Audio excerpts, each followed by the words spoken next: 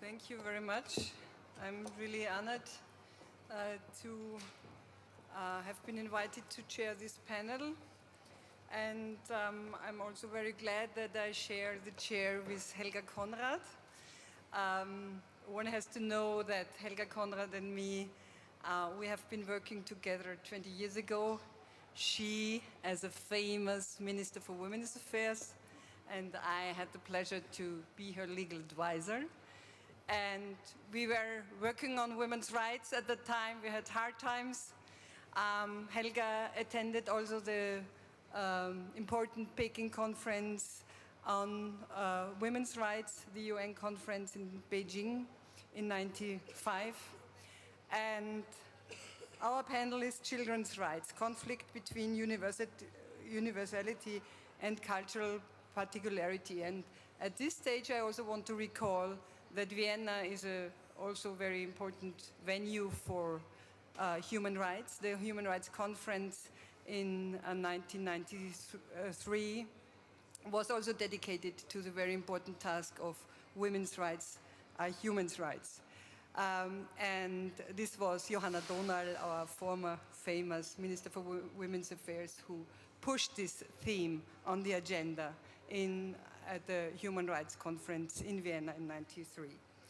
So we have heard a lot of problems children are facing when they are refugees. We have heard about the situation of children, and in particular girls, the girl child, in the regions like in Iraq and Lebanon. We will hear a little bit more about what happens in Syria and in the Lebanon, and we would like to also focus on what can be done. Yeah? Rights might help, but is it plenty enough? Having rights, how can we enforce rights? How can we empower children and the girl child to perform their rights? I would like to give the floor now for the first time to Majdoleen Hassan. She comes from Syria. She's a human rights lawyer and a co-founder of Maratus, a Syrian NGO for citizenship and human rights. She worked as a legal advisor for the shelter of domestic violence victims in Damascus until 2015. And she's a member of UN Initiative for Peace and Democracy, and most of all, she's a member of the Syrian Women's Advisory Board of the UN Special Envoy to Syria in Geneva. Majdoleen, you have the floor, please.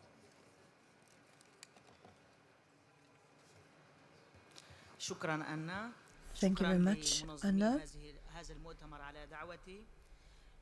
Thank you so much for everyone involved in the organization of this conference.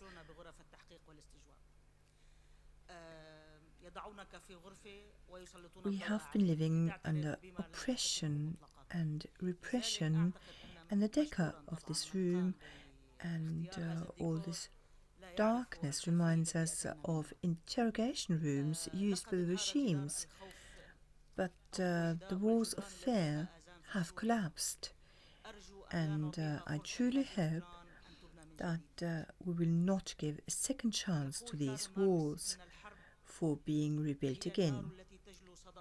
Karl Marx said that wars are what puts fear into the hearts of people.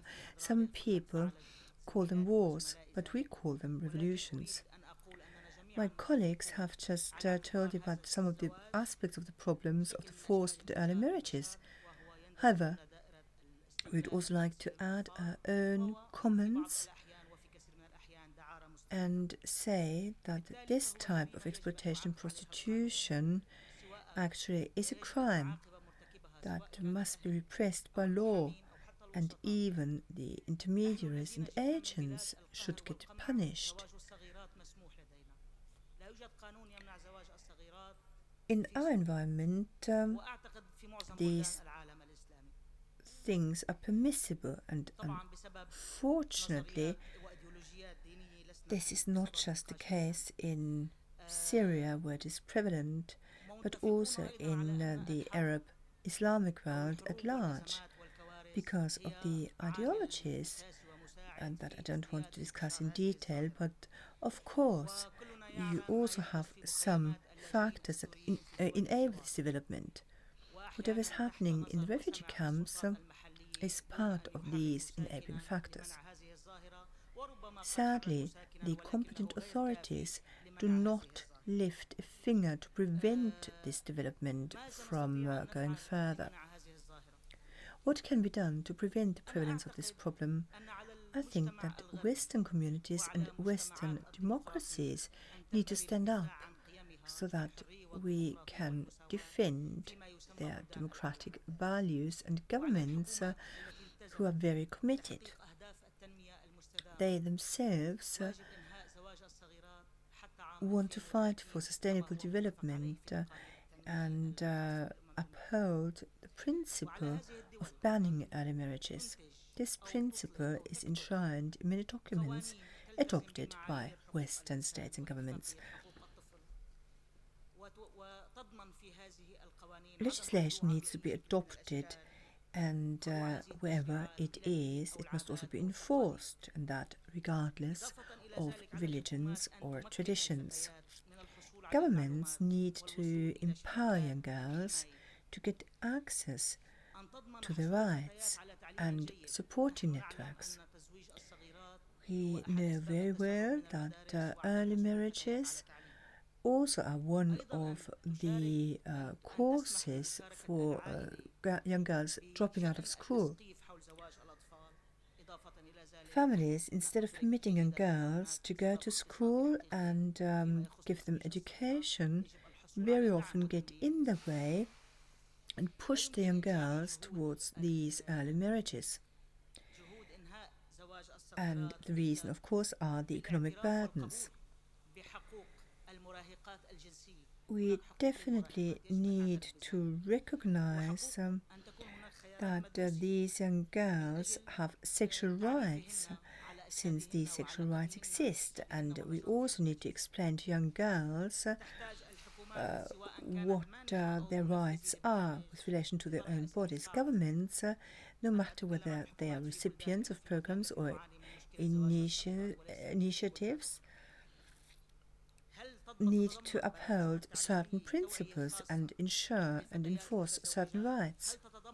We need to make sure that national programs include the necessary stipulations, and that the police is able to also provide the necessary protection.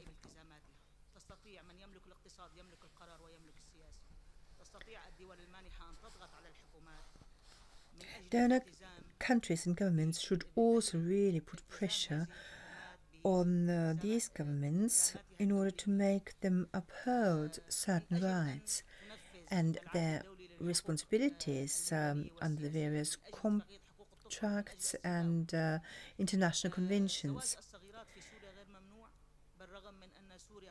Early marriages are not banned in Syria, despite the fact that Syria has signed up to the International Convention on the Rights of the Child and also is part of the Pact on Civil and Economic Rights.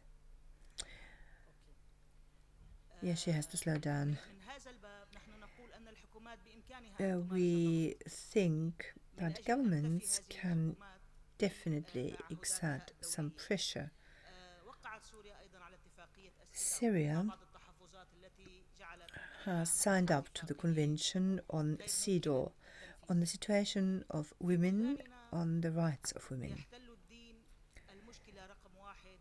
But in our communities, religion has a paramount relevance.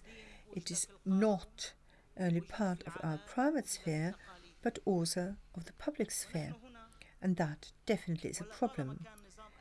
The dictatorial regime can sign agreements with clerics so that they can get a better control over them. I'm here to uphold civil rights and secular rights, however.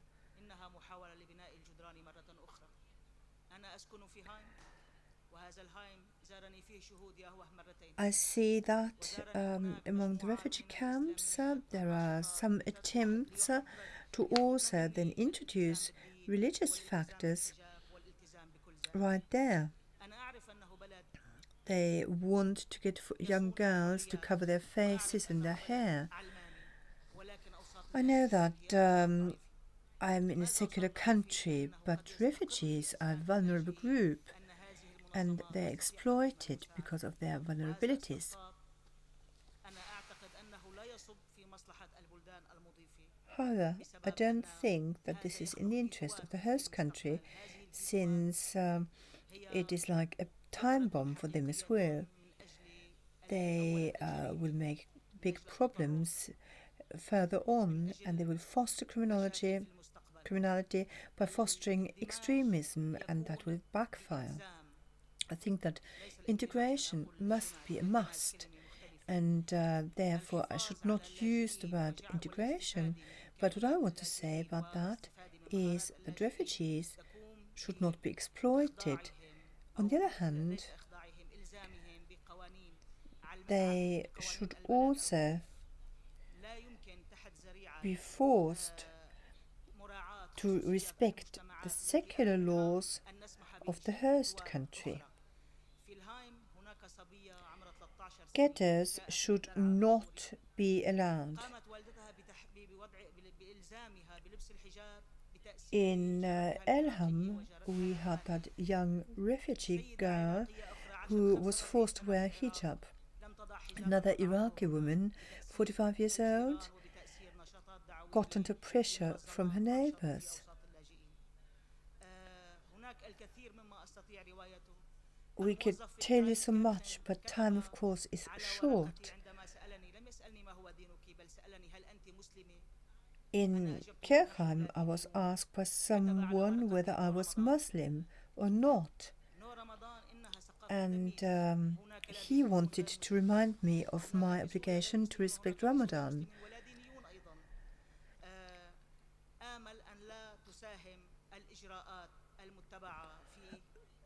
Definitely, in the host country, no legislation should be adopted that will create the same situation back home. Thank you very much.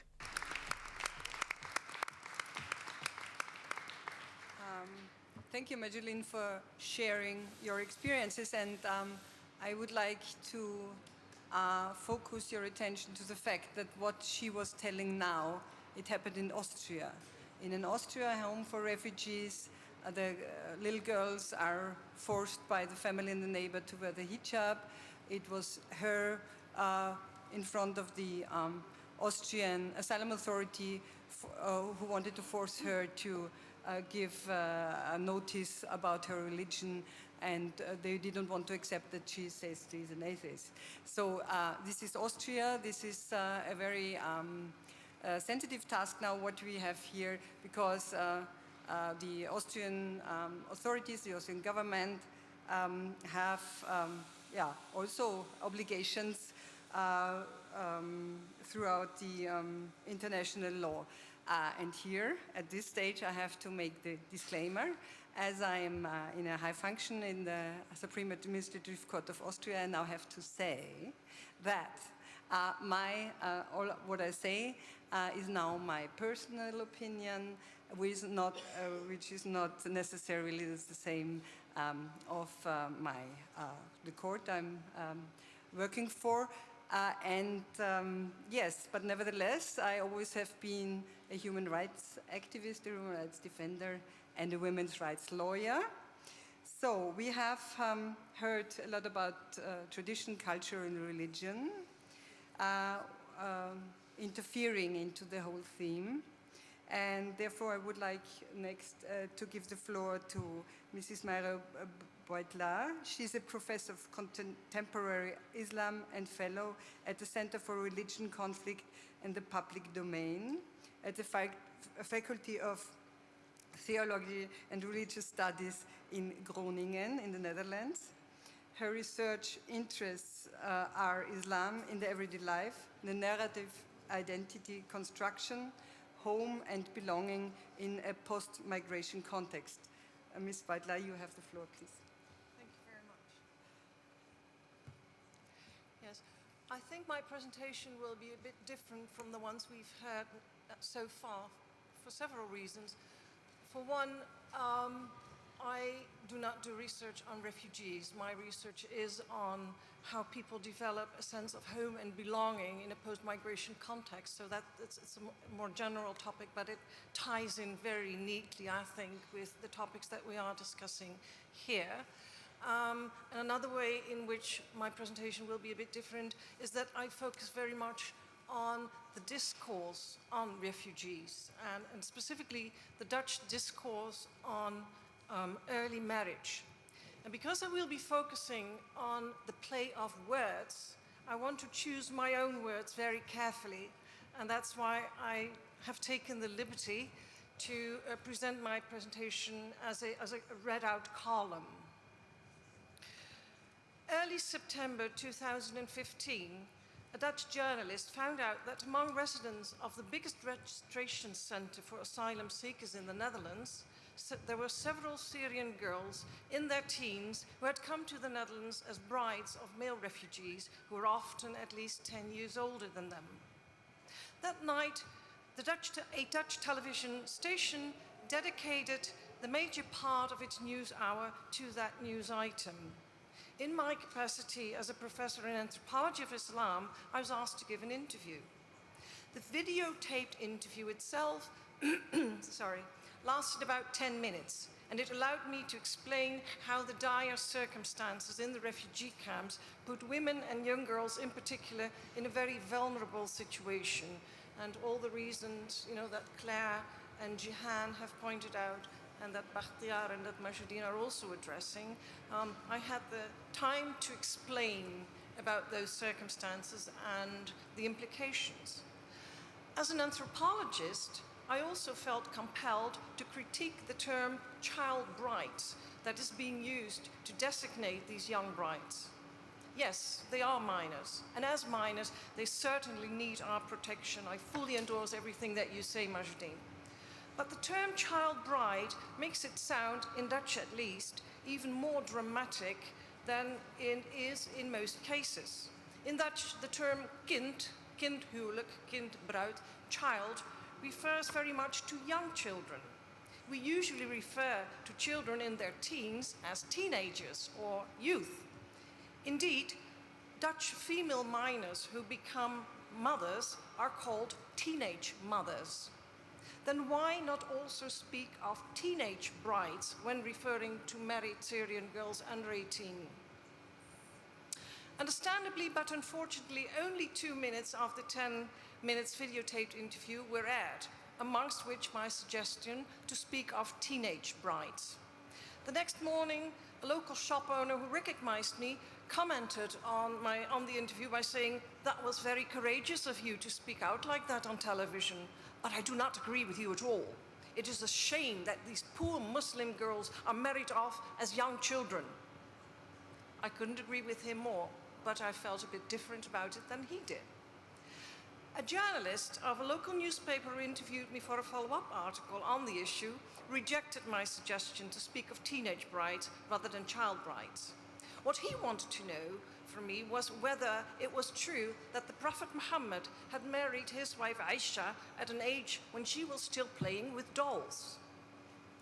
My reply that the question was neither here nor there, and that it just wouldn't do to explain the phenomenon of present-day Syrian refugees' teenage brides in terms of early Islamic historiography, angered him, and he broke off the interview. Within days, the news about Syrian child brides in Dutch asylum seeker centers resulted in questions being asked in Dutch parliament. It took the Dutch government a mere 3 months to pass a bill according to which marriages in which one of the partners is a minor are not recognized by the Dutch government.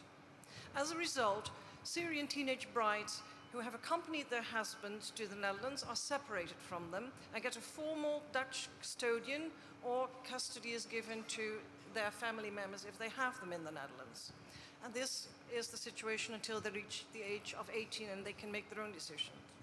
Also, family reunion of a couple of which one partner is a minor is refused. The topic of youth marriage has also alarmed the Dutch Ministry of Development, which has organized a workshop called Unveiling Child Marriage a few months ago. Why do I share this information with you? To be sure, I am as much concerned as everyone about the well-being of Syrian teenagers who have either directly or indirectly been forced to marry against their will. And I'm sure we all agree that they need our utmost support and protection. The point I want to make is that the indignation with the plight of these girls that currently characterizes the current Dutch debate on Syrian teenage brides smacks of a culturalist discourse in which culture is used as an explanation rather than being approached as something that must be explained. Moreover, in this discourse, the need of these girls themselves are subordinated to political ends, pitching an us against them, in which Muslims are constructed as the other who does not share and therefore jeopardizes our values. Rather than trying to understand the complex lives of all parties involved in early marriages, they are reduced to one identity marker, Islam. In fact, as exemplified in the title of the governmental workshop Unveiling Child Marriage, which bespeaks the view that a penetrating Western gaze is justified to save Muslim women from their own culture, all four main characteristics identified by Edward Said as making up the Orientalist discourse can be recognized in the Dutch debate on so-called child rights. First of all, the idea that what happens to Muslims today can be explained by referring to the time of the Prophet Muhammad. This is the misconception of Islam as a static religion that explains all views and practices of Muslims. Secondly, the misconception of Islam as being preoccupied with perverse sexuality. Thirdly, the misconception of Muslim men as aggressors. Fourthly, the misconception of Muslim women as generically oppressed, lacking agency, and desperately in need of saving by Western civilization. To put it differently, much of the Dutch indignation about the phenomenon of Syrian child marriage is based on the same view on Islam as a backward, violent, and misogynist religion that lies at the basis of much anxiety about Muslim refugees flooding Europe and threatening European values. The Dutch politicians who were so eager to appear on television to make firm statements about saving Syrian teenage brides, and who managed to pass a bill within 3 months' time, were mostly weeping crocodile tears.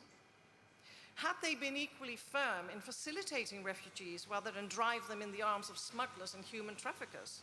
Had they been equally serious about taking measures to come to the aid of refugees in Greek and Turkish camps? Had they, in sum, been equally motivated to open up rather than close down borders for refugees, in all likelihood, there would be far fewer refugee teenage brides today. Thank you.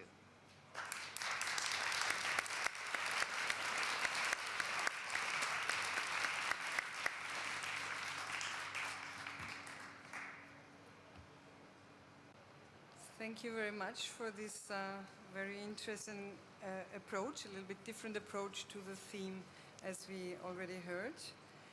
Now I would like to come back to a little bit more the legal side of the phenomenon. We have already heard about the Women's Rights Convention, the CEDAW. We have heard about the Convention for the Rights of the Child, and I would like to recall that for the first time of these two committees, watching the implementation of these conventions, of the UN conventions, in 2014, the both committee, the Committee on the Rights of Women, as well as the Committee on the Rights of Children, have issued a common general recommendation on early marriages, exactly on our theme. And yes, child marriage violates the rights of the girl child to be free from all forms of discrimination, inhuman and degrading treatment, and slavery. This is one of the core marks on this. So, looking at the legal situation, I now would like to hand over the floor to Mr. Helmut Sachs. He is a key researcher at the Ludwig Boltzmann Institute of Human Rights in Vienna. His main areas of work address human rights of children and victims of trafficking in human beings, and under several functions, he, since 2011, serves as a member of the Council of Europe's expert groups on action against trafficking in human beings. Mr. Sachs, you have the floor now. Thank you. Thank you, Anna, and thank you also to the organizers for the kind invitation. And perhaps just for the beginning, I would also like to challenge a bit in the introduction. The program, there was a mention of our concern for parallel structures in our societies. I think that's actually not something new. We all live in parallel worlds, society structures. We have multiple identities. As children, we behave differently in schools, among our peers, at home, as adults in office. It just depends on the settings and on some social norms we have accepted, some guiding norms, and they might be different from the legal norms, and they might be even be in conflict, and that's where the confusion might start. And especially for children, well, part of their job in early development is to somehow make sense of what are the different expectations from all the adults surrounding me of these potentially conflicting rules. So it's actually not the plurality of the rules, but rather how they can actually become congruent, make sense for the individual. And if we look for orientation, we actually already have a common value system for all our societies, which is human rights. That's the basic concept. In 1948, basically the entire international community has agreed to us being born and free and equal of rights. And if we would have established already also a human rights culture in our relations, in structures, in the organizations, then ideally there would already be that kind of congruence between fundamental legal norms and the social norms. But as we all know, reality is different. We haven't achieved it yet. And even one step further, the current discussion, the controversies around migration in Europe just reveal how weak actually this culture is. That we are not strong in defending them, but rather the contrary. We see defensive reactions of retreat. We build walls, not just against Mexico, even here in Europe. And if human rights or refugee law hinders our endeavors, then we claim to abolish it, actually. Or we call it a state of emergency. Again, as you have mentioned, we started to define the other, exclude them, discuss new Austrian values. Why do we need Austrian values? We have a common concept already. We started scapegoating, leading to xenophobia, etc. So ultimately, we started to work on something which actually denies exactly those rights we actually try to protect. And children in the middle of all of this feel this divergence of social norms, legal norms. They are not in a position of power. They do not create the norms. They are just at the receiving end. So if we reflect what we as societies, as parents of teachers, sometimes or much too often expect from them is basically obedience, just to follow the rules, not to challenge them. And that's actually what I also wanted to stress. That's the true revolutionary, emancipatory power of child rights approach, of human rights of children, to accept them as equal bearer of human rights, just the same way as we as adults have rights. But as we know, reality is different. That's part of the reason why we still have challenges like harmful traditional practices, be it child marriages, forced marriages, or honor crimes, or whatever the name might be. Initially, I also wanted to briefly address this general comment you have already mentioned under this joint comment by the CRC and CEDAW, just to explain that on the international level there is consensus on child marriages as a form of violation of women's rights, of children's rights, because of the denial of free will and the autonomy, the risk of violence, of sexual exploitation, the health risks involved, teenage pregnancies, child mortalities, early school dropouts, exodus of education, etc., all these kind of consequences. And just perhaps to add, because this wasn't mentioned so far, about the dimensions, the quantities here, UNICEF speaks of 700 million women, girls being affected by child marriage. So it's not a kind of a minority. So this is really, and 15 million girls getting married every year. So, and this is not also linked to Islam, Muslim cultures. This actually in absolute numbers, I think it's India, which has the largest population of married children, if you want to call it that way. So I think this is an important, significant phenomenon affecting basically all our societies across the world. Unfortunately, if you want to know about data in Austria, we do not have that kind of statistics.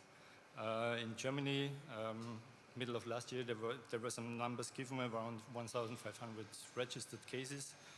I haven't seen such numbers for Austria. There is some speaking of about perhaps 200 cases. So my main message here at this moment is actually we have a consensus of the implications of this problem. The question is just how do we respond to it? And there was this famous case in Germany where actually child marriage was accepted by one of the courts. On the other hand, what is the role of law in all these responses? Isn't there more to be discussed, and perhaps from different levels?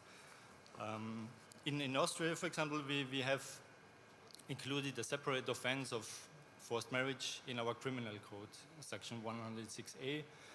Previously it was included in coercion, but now since 2015, we made it a separate offense.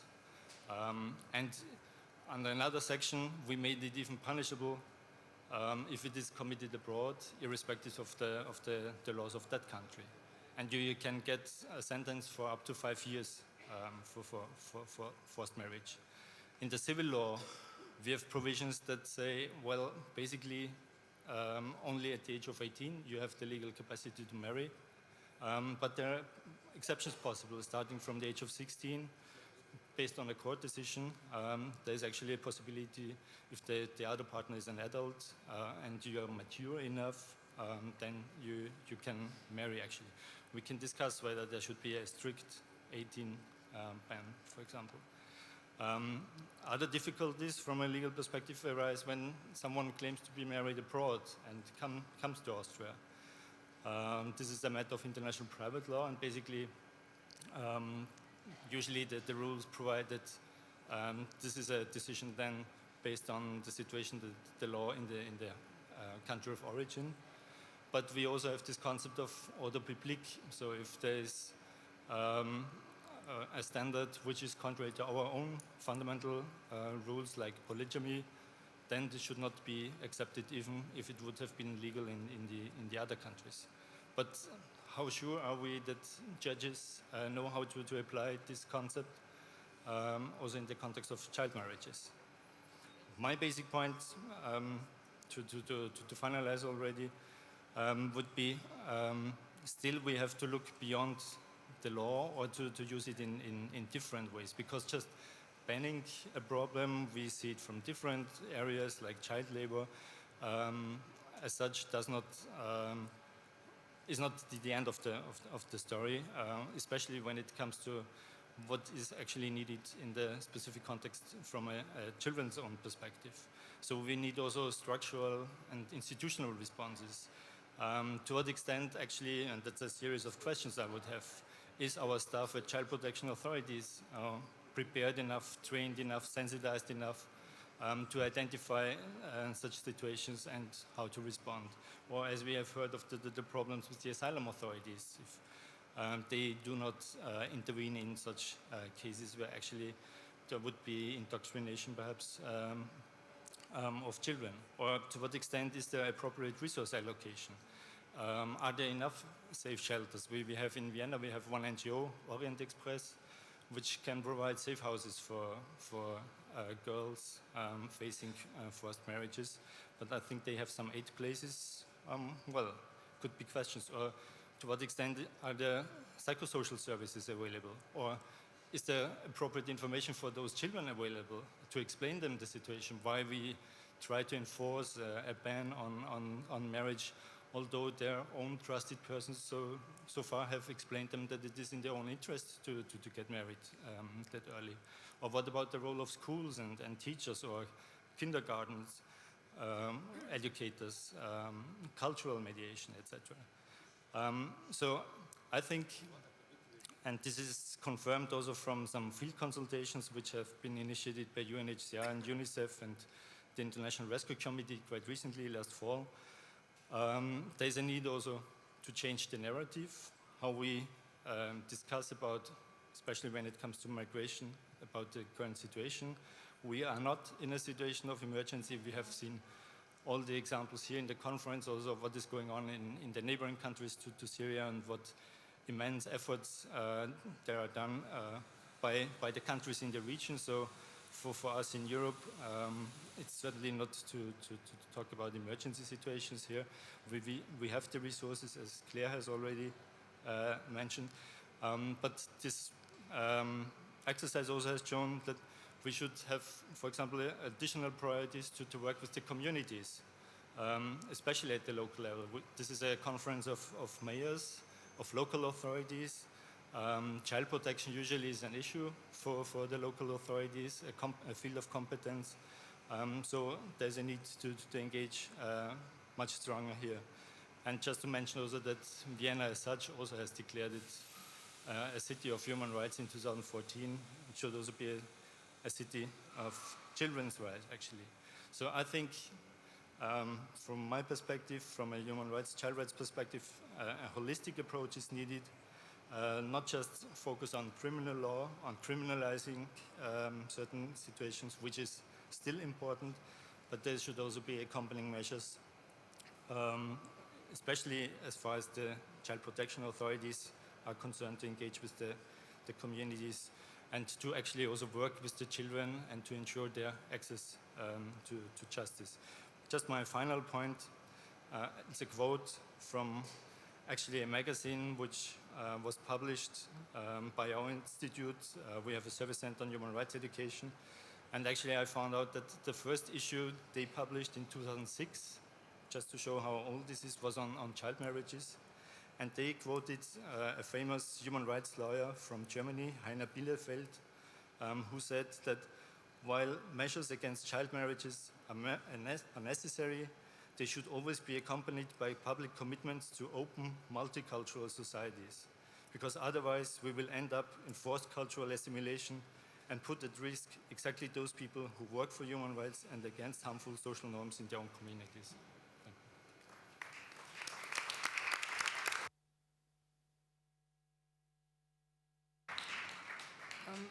Thank you, Helmut Sachs, by addressing the local authorities and recalling that Vienna has been designated as City for Human Rights, City of Human Rights in 2014.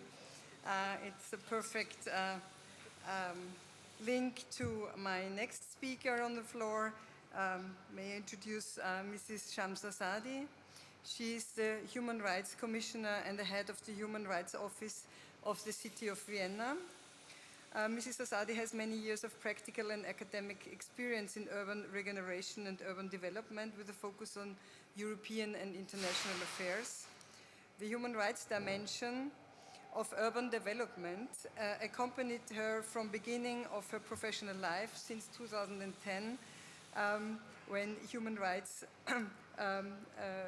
became the main subject of her career. Mrs. Asadi, you have the floor, please. Thank you very much, Anna. It's a pleasure for me to be the face of the Human Rights City, and this conference takes place in Vienna. I guess it's the right convention and location for having this conference here. Thank you for the organizers.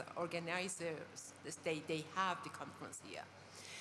As you mentioned, 1993, it was the year that first human rights conference took place in Vienna. And then in this conference, or during this conference, the term of human rights cities appeared for the first time. And 20 years after, just on the anniversary of this conference in Vienna, the politicians of Vienna, and of course some of my colleagues and I myself, we were just involved. We tried to just have a setup of ideas that how could be Vienna as a human rights city. And at that time, Manfred Nowak, he is the head of Boltzmann Institute for Human Rights, where Helmut is coming from, this institute too. They prepared a study for Vienna just on human rights and where we are, where we stay, and what we have to do in order to fulfill the culture of human rights in the city. So it was the beginning of the process, and 2014, the City Council of Vienna declared the city by action, just official act for a city of human rights. So I started my work since 2015, and one of the first ideas that it came because Boltzmann Institute also accompanied us during this process, and still Helmut is also in our focus group for child rights. We have child rights as a focus point of our activities for the future. So last year we started with the first roundtable that we had. It was the unaccompanied minors, because after autumn 2015, it was the priority subject for City of Vienna to deal with subject. So we had the unaccompanied minors, and my role here just to bring the people together, the NGOs, the officials, and school boarding authorities, and NGOs, and everybody together, and just listen or just find out what kind of problems we have. So at that time, the access to the education was the main subject. Though for the children, they are compulsory, they have to do school, and of course for the children above 15, that unfortunately it's an early age for just to be some kind of voluntarily if they want to go to the school. If they're not, it's also okay. So we started some papers, and we prepare just measure plan for the human rights city. And because of the priority of subject, my first step was to talk to the politician responsible for social affairs and, of course, education. And then we started with kind of actions, and 2 actions we set up last year was the establishment of a youth college for about more than 1,000 youth people, young people, they are in Vienna, to have their own education. And then different modules of education, German courses, besides the English courses, computer or mathematics or just whatever that they need. And it's a really good, successful model. And then the second one was just establishing of some kind of buddy system, or just to have some families to take care of the younger refugees. So really we started at the beginning of the year, and just we are a little bit proud that we made it during the last year.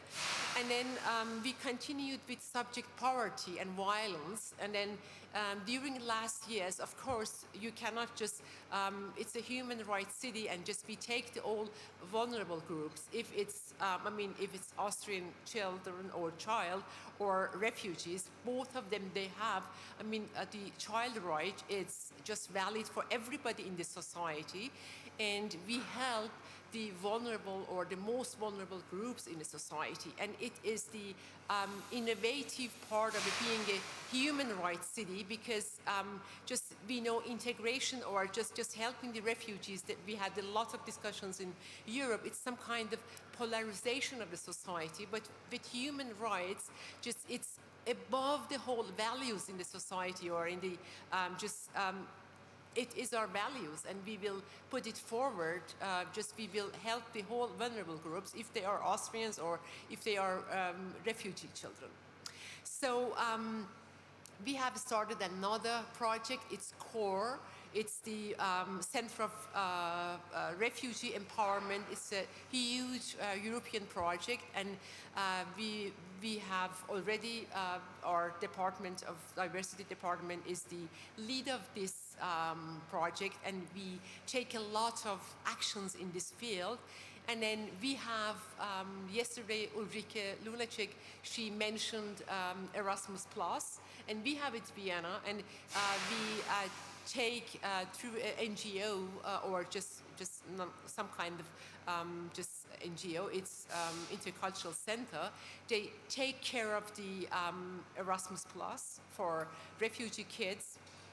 And then we do a lot of actions, but we know that still there is some weaknesses in this city also, and we have to work on it.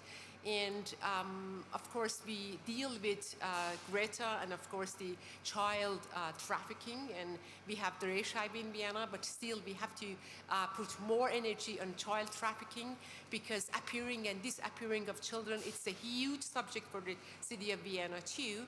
And of course, one huge problem that we will take care of in the next weeks or months, it is the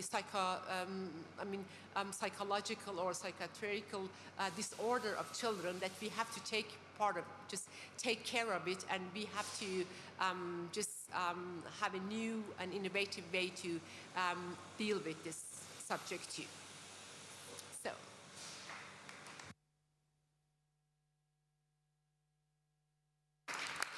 Thank you, Shams, for presenting the actual programs of the city of Vienna. And then, last but not least, I would like to give the floor to our trauma expert on this. Thank you very much. Again, 3 points from my side. The first, when I was asked to speak about child marriage, I was thinking about our practical work here in Austria.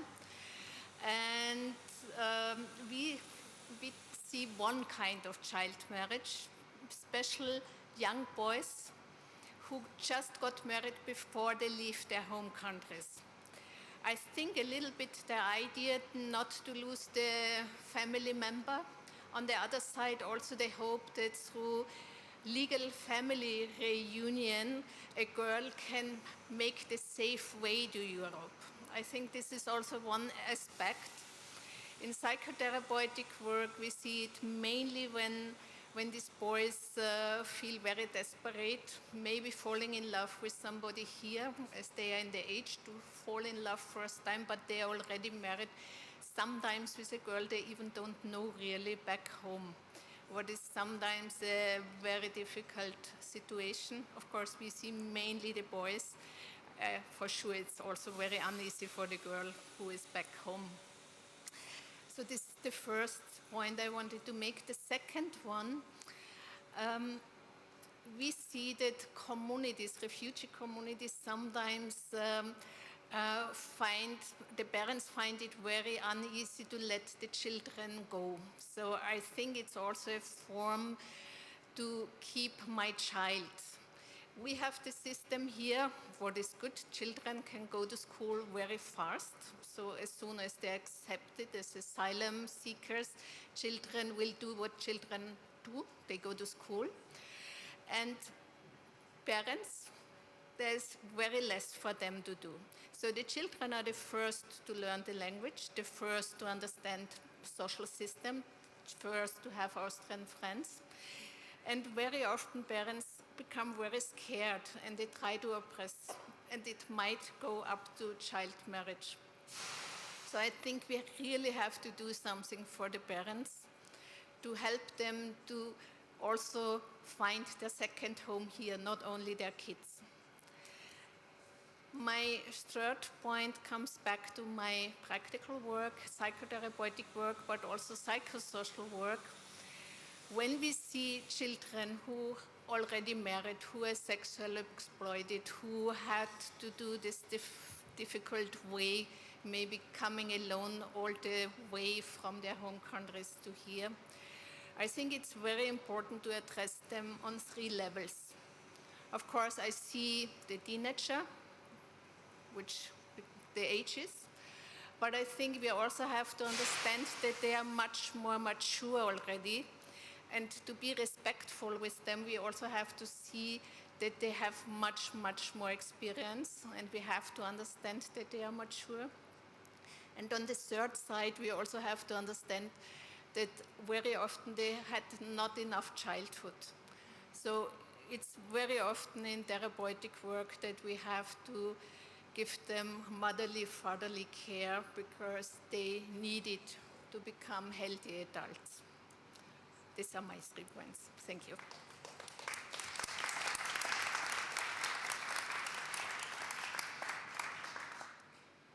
So thank you for this very important point.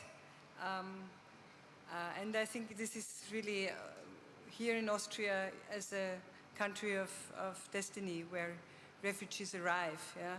We have really carefully handle these persons, these young persons, if they're in families or if they came unaccompanied.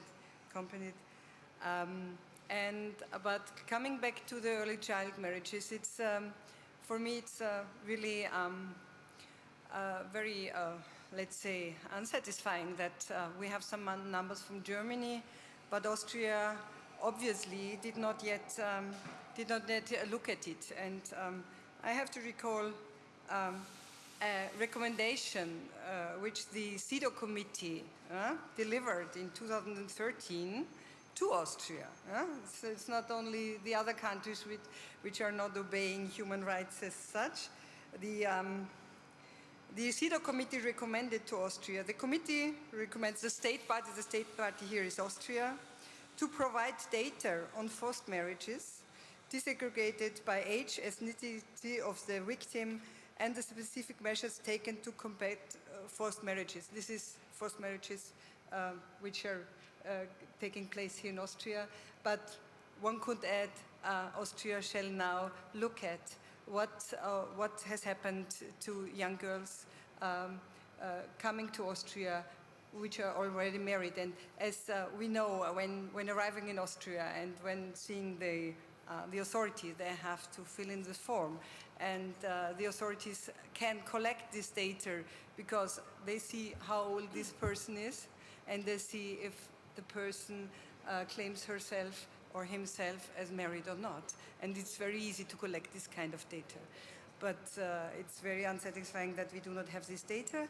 But data and rights, yeah, we have heard about there are some laws prohibiting early marriages. There is an absolute ban on marriages before the age of 16 in Austria, and with the consent of the parent, and if they appear mature enough, teenagers can marry with the consent of both parents in Austria. So I think we also have to have a sensitive view on these kind of cases which appear, and in focus of all of this, the best interest of the child, the victim, the person, has to be looked at. So these young women have to be asked what they wish, I think. But let's be honest, beyond 14 years, younger than 14 years, we shouldn't discuss about if this kind of marriages should be accepted. But the older they are, the more sensitive approach should be taken from single case to single case. But I was too long now, I fear. But I want to leave the floor to my co-speakers for just a brief remark on how Austria should go on with this theme. So I, again, would like to give the floor to Majdoleen. What is your opinion?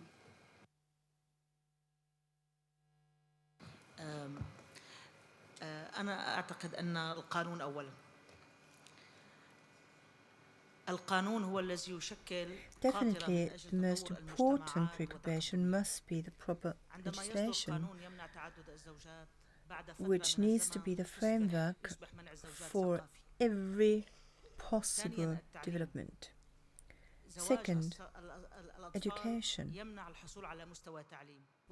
Early marriage then keeps children from getting proper education, prevents adolescence, and sometimes even adult women from obtaining sufficient information, since they have not been educated. Had they been better educated, they would know their rights. And also, one needs to know that in Syria, abortion is prohibited by law. So therefore, you get lots of early marriages and early pregnancies, and women who are not aware of their rights and cannot get access to education. Therefore, Syrian law provides no encouragement for the proper channels of communications with adolescents. Let us take the example of Tunisia. In Tunisia, for instance, polygamy is forbidden, despite the fact that Tunisia is a Muslim country, so the law is very important.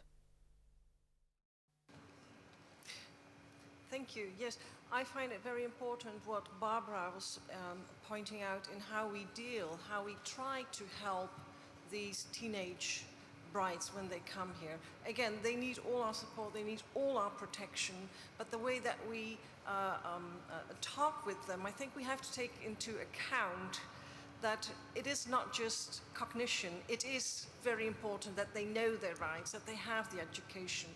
But surely, you know, coming from these camps, they are also very often, I should think, I mean, I see this in the people that I do research on, very, very loyal to parents. So, yes, you may have been forced into a marriage, but you may understand why your parents did that. And if you then come into a country where the discourse is very much on child marriage is something that we do not do, and you know that it's only the very negative perspective, rather than also taking into account the reasons, the factors that contribute to it, the ambivalent feelings that these marriage partners themselves may help.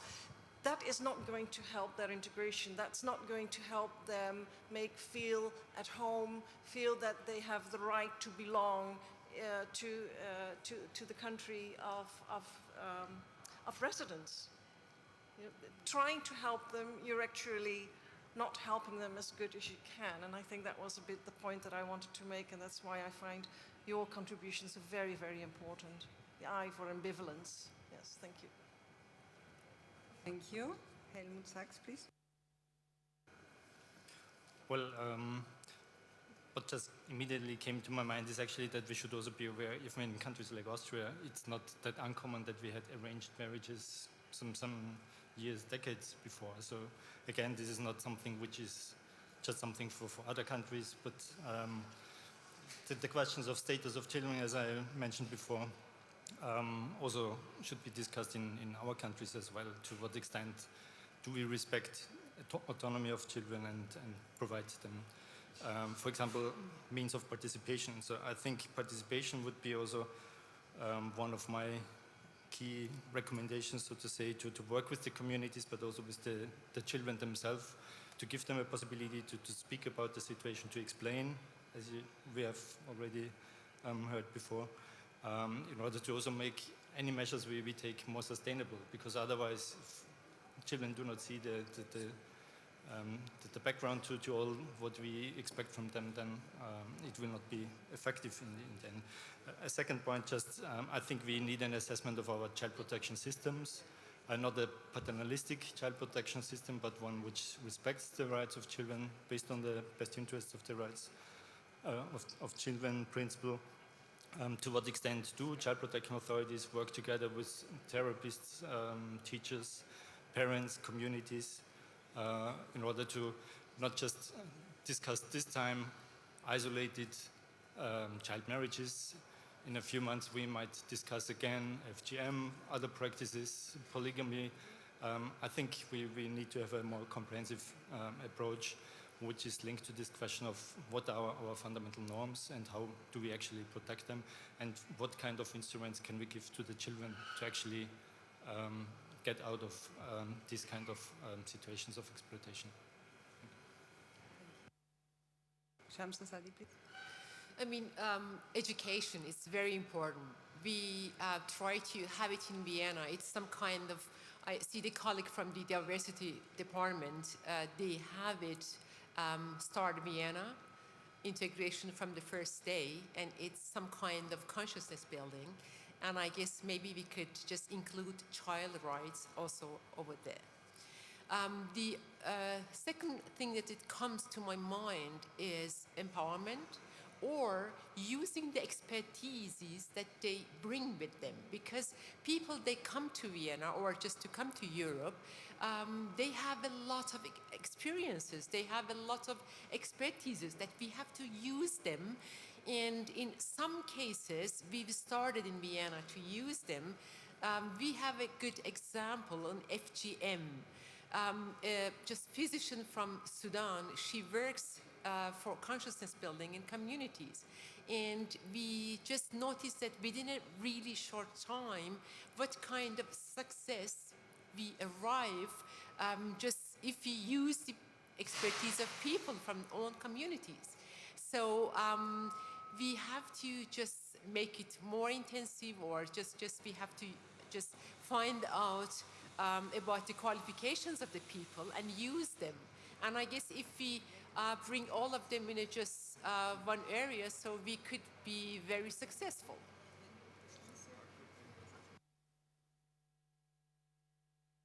So I was reminded of the time, so please, a very short.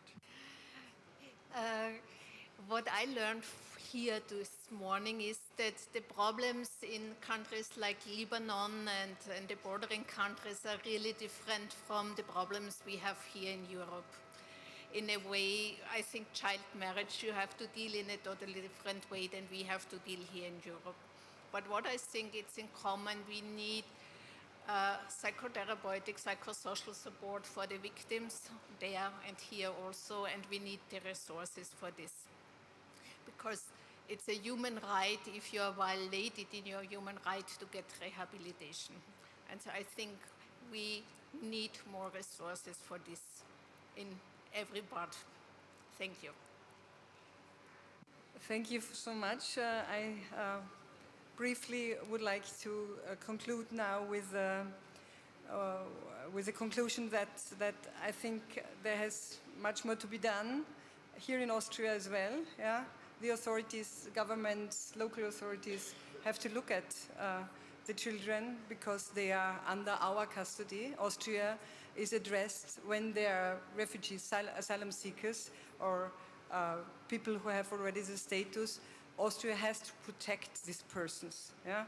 And this is an obligation of the state to take over this protection thoroughly, and this means that the authorities have to look at it and have to give appropriate resources also into it on all levels. And rights are important, but we have heard that rights alone will not help if there is not the appropriate approach to it. And parents have to be addressed, and the children, the teenagers, they have to put in the focus of it. Having said this, I would like to thank my panelists for this discussion, and I have now say goodbye to you all, and I give the microphone to the organizations.